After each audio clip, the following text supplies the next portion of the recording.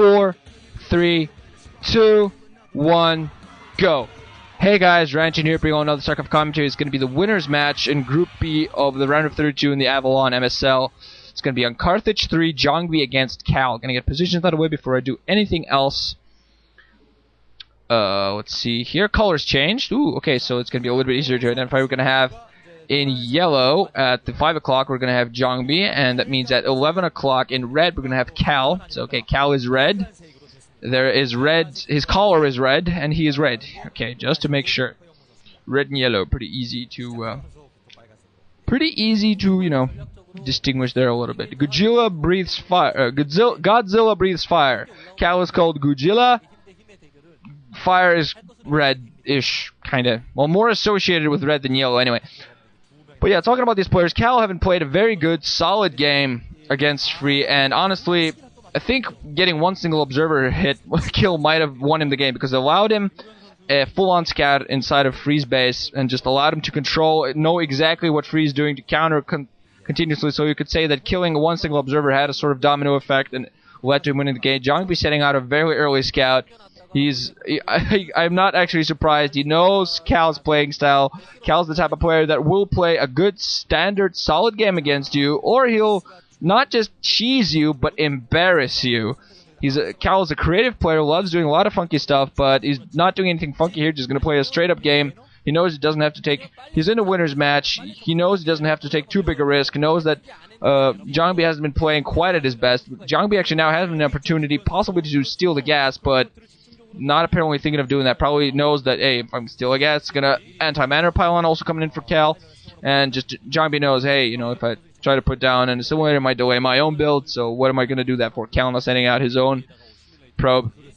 Both players so far just going for standard, getting their gateways up. And, okay, talking about the first two games, JangBi surprising win against Bisu. I honestly thought Bisu definitely had that game, but JangBi came out of nowhere with a bunch of probes who sacrificed their life, and just, hey, you see the results. But, yeah, wonderful play by JangBi there. Totally caught me, and Bisu as well off guard, definitely. Still has his probe scout inside, and the opposite side I'm going to see that Cal is going to move his own probe inside of JangBi's base. Going to see, this is where you don't want Cal's probe inside. They're actually going to start harassing some probes in there, just possibly going to try to take one out, not manage to get through. Still only Zealots for both players. I'm not quite sure. I think Cal also has, I think JangBi also has a Zealot on the opposite side to try to prevent that probe coming in. Yeah, the first Zealot of JangBi's now just comes out. Still, both players have their probes running around. Cybernetics core coming up a little bit sooner for Cal. For JangBi, actually, has his core a little bit up sooner. I think that's because Cal actually produced his Zealot before he put down his core. Also now adding his second gateway so he can start producing so he can start producing Dragoons right out of that. Sorry, got a little bit tongue twisted there. Cal gonna go for a Manner Pylon. Yes, instantly gonna get attacked by JangBi. But yeah, Manner Pylon catches two probes. Very nice Manner Pylon there by Cal. JangBi upgrading range, still has only one gateway, so he's apparently thinking of ticking up. Now has that first Dragoon out, so Cal's probe scout is going to get dived. Pylon morphing and instantly gets cancelled.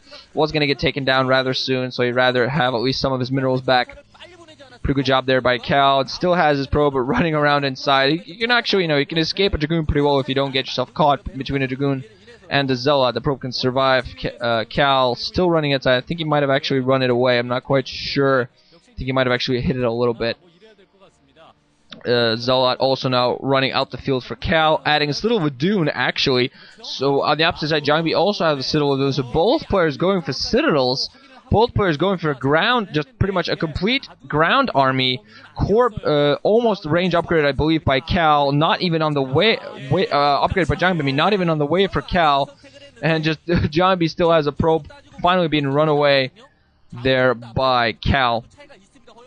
He's going to have a few more forces on the ground than JangBi, but his range is not even upgrading yet, so both players... Templar Archives going up for JangBi, so JangBi might be thinking of getting some Storms, or most likely actually Dark Templar. You don't really go for that. No Observers imminent for either player. Both players going to go for Dark Templar!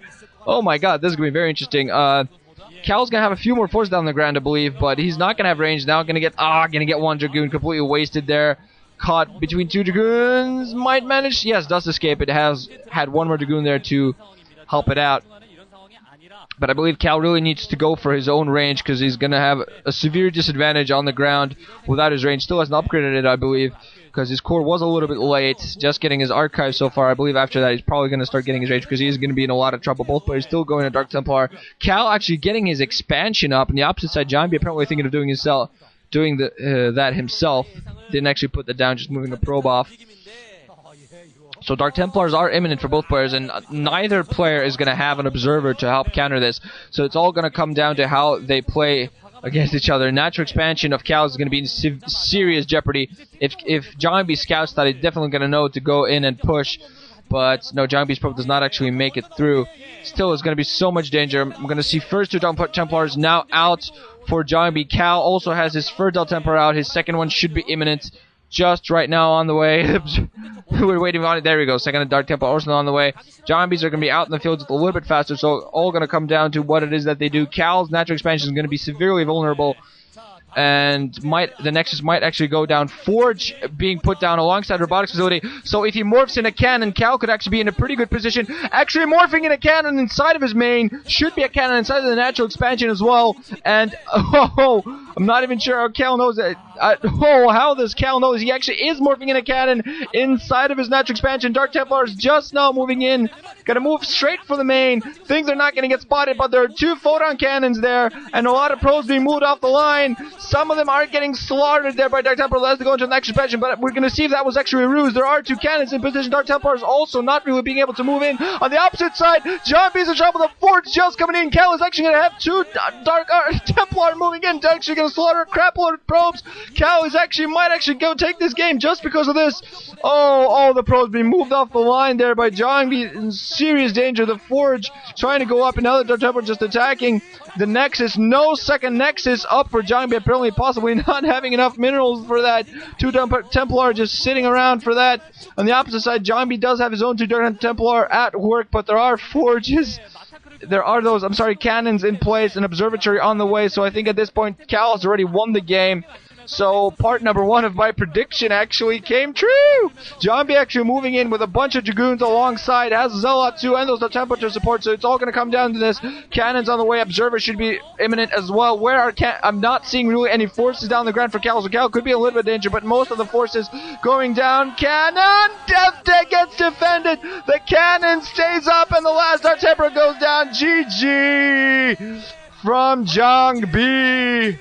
And Cal moves on to the round of 32. Oh, that was a wonderful game. So JangBi going to move on to the final match where he actually good chance that he's going to end up facing Bisu yet again. So he might have a rematch where Bisu will definitely want some revenge and not again get stuck in the round of 32 as he did last season, and instead just force the runner-up of last year to move out early on. So Cal, yeah, you got to see the guy is pretty happy with himself. Yeah, there you go. So okay, so far we have efforts and we have Cal moving on to the round of 16, and I gotta say this MSL is already starting to look pretty damn promising. More MSL action on Saturday, I believe. Don't quite have my schedule in my head right now, but I believe the next games are on Saturday. Look forward to more epicness of MSL there. But yeah, great games overall so far. GG guys, ranching out. Thanks for listening and fighting!